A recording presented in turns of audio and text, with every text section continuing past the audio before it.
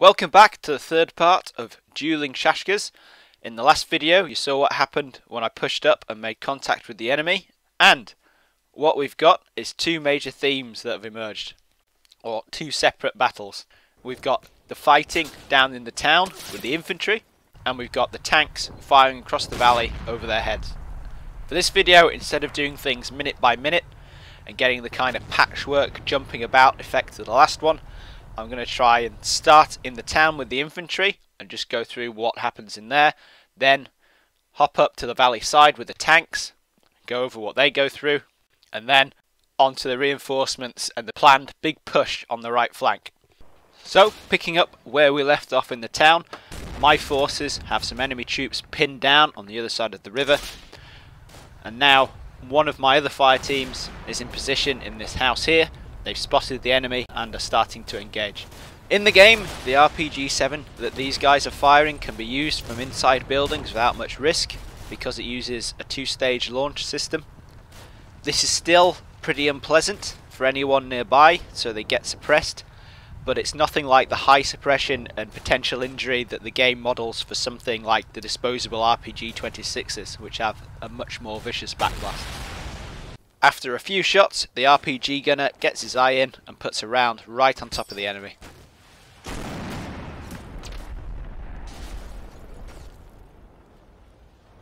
A little later, another enemy infantry unit pops up in the same place and immediately gets opened up on.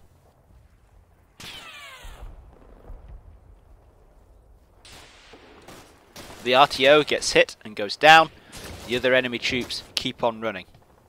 There's some sustained fire from a tripod mounted MG coming in over their heads, and the further they go towards the bridge, the more of my troops spot them, the more incoming fire they take until they get pinned down.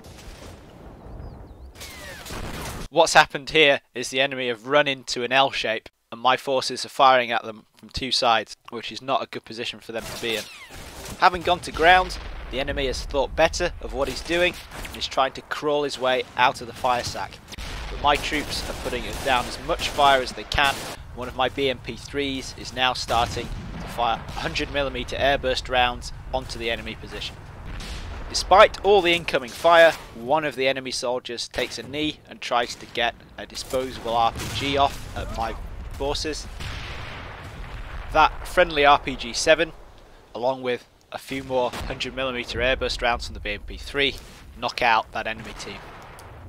A few more enemy units are still trying to get into the town, but these are all wildly optimistic, bailed out vehicle crewmen who aren't going to get very far. Up on the valley sides, I immediately lose one of my Center T90s. It's a total loss, all the crew are casualties and the vehicle is listed as destroyed rather than knocked out. Small consolation comes a little later when one of my tanks spots and knocks out the BTR-4 on the opposite crest. But the real action is over on the left flank again. My tanks are engaging the enemy as he keeps the pressure up on that side. This is all tank on tank action with casualties on both sides and the familiar laser warning reactions going off left, right and centre.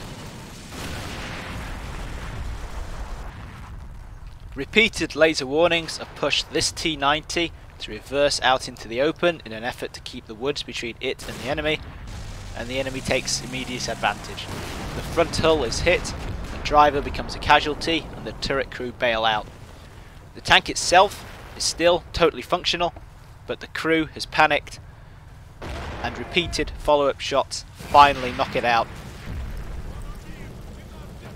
The survivors sensibly run away. Developments on the left flank are bad news. It looks like the enemy has received some tank reinforcements, just like I have, and it looks as if he's thrown them all down the left flank. I don't have a lot to deal with this problem. I have a single T90 covering the left, and that flank is well screened off from all my other positions.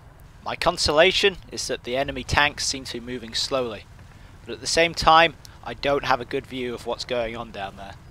All in all, the left flank has essentially collapsed, and to deal with it I'm either going to have to redeploy some of my forces, or hope that the planned big push is going to throw the enemy off balance and let me get my tanks in position to cover the left flank from the enemy's side of the valley.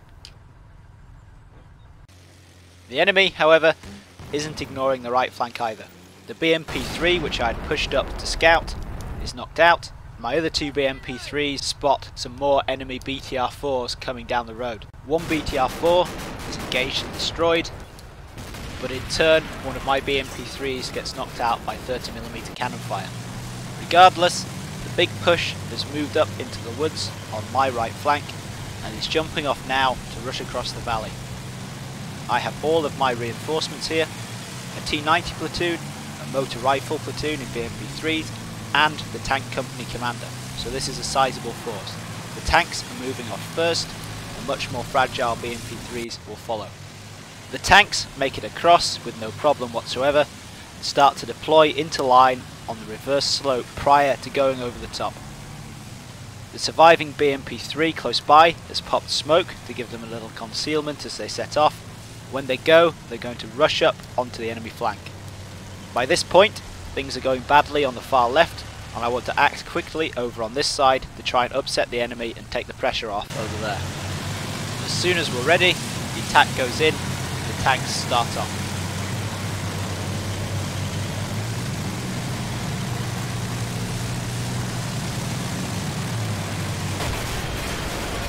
What follows is outright carnage.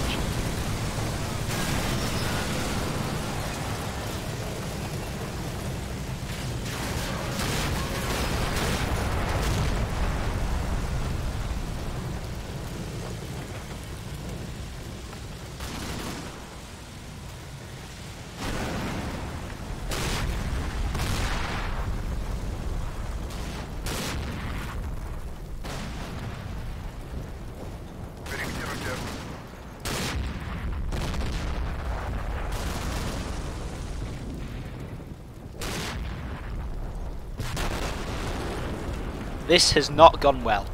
At the end of that turn, I've totally lost one tank. One tank has lost its driver and been abandoned. One is immobilized. Another has lost its driver, but the tank commander has taken its place, and I only have a single totally functional vehicle. On the other hand, the enemy has lost two BTR-4s, some infantry and a tank, but it doesn't balance up very well. The enemy has come off better here, and I've screwed up.